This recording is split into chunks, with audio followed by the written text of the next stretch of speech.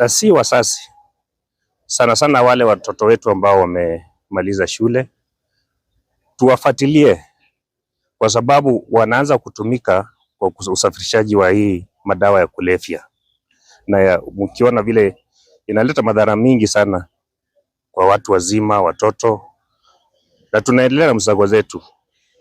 Tumekuja kupata habari kwamba hii madawa inasafirishwa kutoka nje za ng'ambo, nje za nje.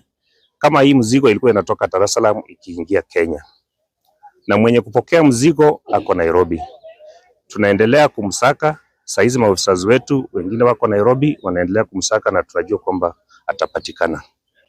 Tunaomba raia pia waendelee kusaidia kwa hii vita. Hii vita inadhuru sisi wote.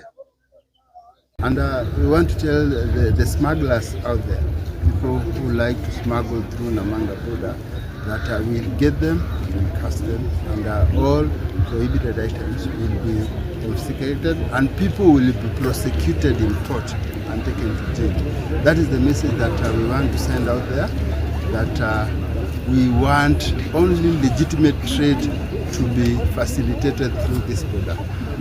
But any other trade that is prohibited will not be allowed to be done through this border.